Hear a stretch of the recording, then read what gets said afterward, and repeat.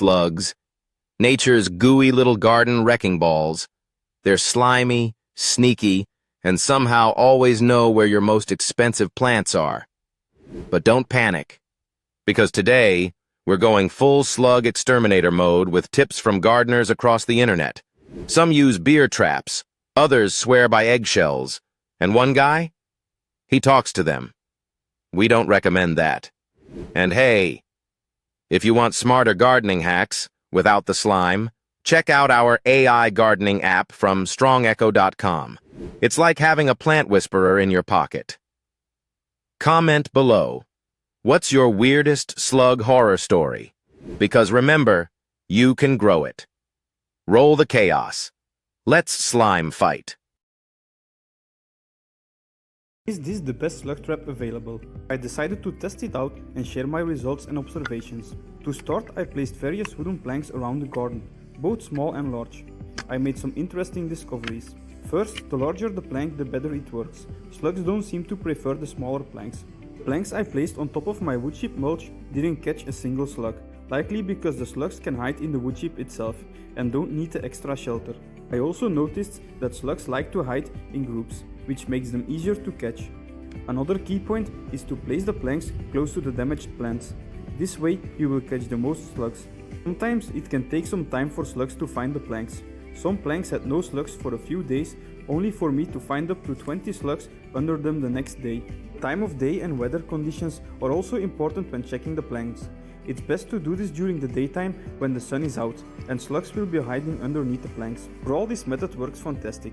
I've been catching anywhere from a few slugs to over 50 on every plank I placed in the garden, and catching buckets full of slugs just from checking the planks. In my opinion, this is the cheapest, easiest and fastest way to catch slugs. Look away now, he's going for the head. This is the one slug you want in your garden. Not really interested in living plants, mainly eating dead and rotting vegetation. The cool thing about leopard slugs is that they will hunt down other slugs, overwhelming them with a frightening top speed of 6 inches per minute. This year has been the worst year with slugs. Even though we picked off so many, they still keep on coming back. So we took it to another level and started using copper mesh wrap. Slugs avoid this and turn away. And normally you would use this to protect an entire pot or raised bed, but instead we're using a small piece to wrap the plant stem. This deters the slugs from climbing up to reach leaves and fruits, and it's a great natural method to keep slugs away, and combined with hand picking, we're able to keep our vegetables safe. 3 ways to stop slugs eating your plants that actually work. The first one is wool. Wool absorbs some of the slug slime which repels them. I've used wool around some of my courgette plants and they're pretty much untouched. You just place it on top of the soil around the plants that you want to protect and then the slugs won't crawl over it. The second one is seaweed. Seaweed contains a lot of salt which slugs hate, so if you use it as a mulch around the bottom of your plants, slugs will stay away. And finally, ducks. Ducks will spend all day long looking for slugs. We have ours in our flower garden and there's basically no slugs here anymore. There's a famous permaculture saying which says you don't have a slug problem, you have a duck deficiency, and that's definitely true. The slugs keep eating my strawberries, so it's time to do something about it. Almost every strawberry looks like this. And making a slug trap is very easy to do. I'm going to show you exactly how to do it. And no, this one's not for me. It's for the slugs. Slugs are attracted to yeast, so beer makes it a perfect trap. First thing you're going to do is get you a shallow container. Find a nice hole in your garden where the slugs are. And you want to put this container right into the dirt up to the dirt level. Just like this.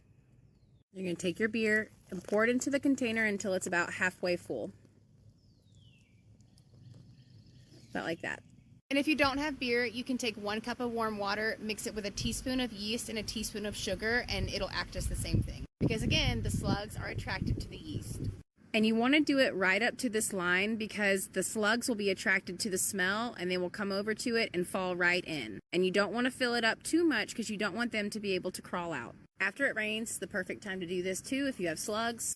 And we are going to leave this trap overnight. We're going to come back and check in the morning to see how many we get. So if you have garden pests or you're a new gardener, make sure you follow my page. I'm here to teach you how to grow a thriving garden and what you need to do in order to maintain that garden once you get it started. And please make sure to like, comment, share, and save as it helps the algorithm help me so I can continue to help you. And I'll see you in the next video.